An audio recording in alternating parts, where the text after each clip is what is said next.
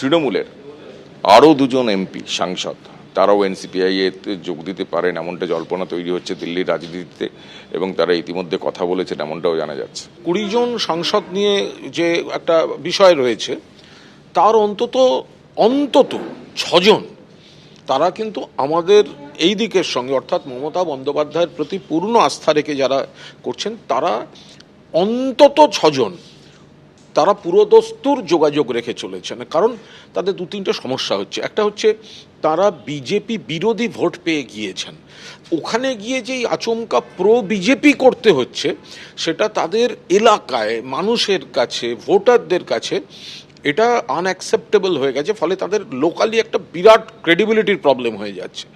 তো আবার এখানে যদি ধরা যায়, রাজ্যে তো পুলিশ নেমে গেছে, পুলিশ নেমে গিয়ে এমএলএদেরকে কখনো এসপি ফোন করছেন, কখনো অমুক ফোন করছেন, তো সবাই বললেই সবাই বলে দেবে।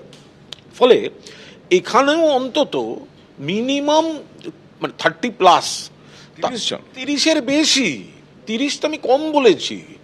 মানে হয়তো আমি যেটুকু জানি তাই, আমি জানি না, বা হয়তো কল্যাণদা জানেন, আমি জানি না, হয়তো দোলা জানেন, আবার আমরা জানি না, হয়তো মমতাদিই জানেন।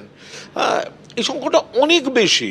কয়েকজন ফোন করছেন, যোগাযোগ থাকছে, আবার কয়েকজন দিদির সঙ্গে দেখা করে এসছেন, কেউ অন্য সময় গেছেন, কেউ 1-2 জন তো বিকেলে মানে প্রকাশ্যে গেছেন, বাইরে তখন তো মিডিয়ার প্রতিনিধিরাও ছিলেন। তো এদের যে প্রবলেমটা হচ্ছে, এরা বলছে এবার পুলিশ ফোন ধরিয়ে দিচ্ছে, বলছেন আপনি এখন ওদিকে থাকুন। ফলে এখানে কিন্তু এই বালিশ শিবিরে তাদের কোনো অ্যাট্রাকশন বলে ব্যাপারটা নেই। গোটাটাই হচ্ছে বিজেপি তাদের স্বার্থে, তাদের অঙ্কে তৃণমূলকে ভাঙাবার বা ডিস্টার্ব করার জন্য পুলিশ প্রশাসন দিয়ে ঠেলে একটা দিকে পাঠাবার চেষ্টা করছে। কিছু লোককে সেখানে, কয়েকজন আছেন তারা হয়তো কেস সামলাবার জন্য যাচ্ছেন, কয়েকজন আছেন গুপ্তধন সামলাতে যাচ্ছেন, সেই সব কারণে। কিন্তু আমি এটুকু বলছি, ওখানে 6 জনের বেশি সাংসদ, এখানে 30-এর বেশি বিধায়ক, এরা আজ বললে কালকেই প্রকাশ্যে চলে আসবেন, সেই পরিস্থিতি এসছে বলে আমার মনে হয় না।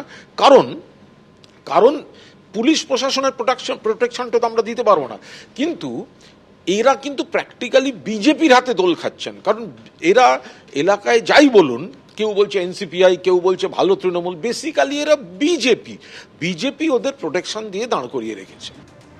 কুণাল ঘোষ যখন এই দাবি করছেন, তখন বিধানসভায় বিরোধী দলনেতা ঋতব্রত বন্দ্যোপাধ্যায় তিনি বলছেন, এখনো যারা কালীঘাট তৃণমূলে পড়ে রয়েছেন তাদের দিকে অন্তত একটু নজর রাখুন। আমার খালি ওনাকে বলার, যা পড়ে টরে রয়েছে আর কি, আমি এমপিদেরটা জানি না, মানে শুনছি, এমপিও যারা রয়েছেন এটা একটু নজরদারি রাখুন, যে যারা রয়েছেন তারা আবার কালকে না চলে যান অন্য কোথাও। যে বিধায়করা আছেন, মানে পাবলিকলি আছেন,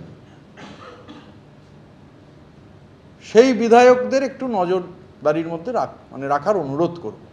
আর এমপিদেরটা আমি দায়িত্ব নিয়ে বলতে পারি না, কিন্তু যেহেতু দীর্ঘদিন ওখানে ছিলাম, একটা যোগাযোগ আছে।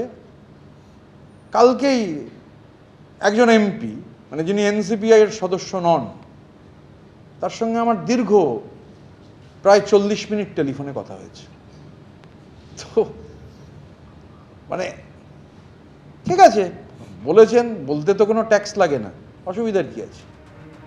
কুণাল ঘোষের উল্টো স্রোতের দাবির মধ্যেই পাল্টা দাবি করেছেন কাকলি ঘোষ দস্তিদার। তিনি বলছেন, আরও 2 থেকে 3 জন সাংসদ আমাদের শিবিরে আসার কথা বলেছেন, জেপি নাড্ডার সঙ্গে তাদের কথাও হয়েছে, তারা আমাদের শিবিরে আসতে চান। দাবি করেছেন এনসিপিআইতে যোগ দেওয়া তৃণমূল ত্যাগী সাংসদ কাকলি ঘোষ দস্তিদার। আরো 2-1 জন সাংসদ তারাও আমাদের সঙ্গে কিন্তু যোগাযোগে আছেন, কোনো প্রবল চাপ নেই, স্বইচ্ছায় সবাই এসেছেন।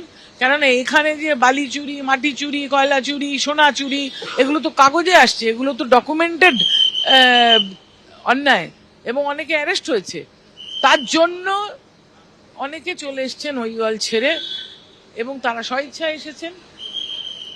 এছাড়াও আমি যে বললাম আরো 2-3 জন সাংসদ, যে প্রাক্তন যিনি সর্বভারতীয় সভাপতি, বর্তমান স্বাস্থ্যমন্ত্রী জেপি নাড্ডাজি, তার সঙ্গে আলোচনা চলছে, তারাও তো আসার জন্য বলেছেন।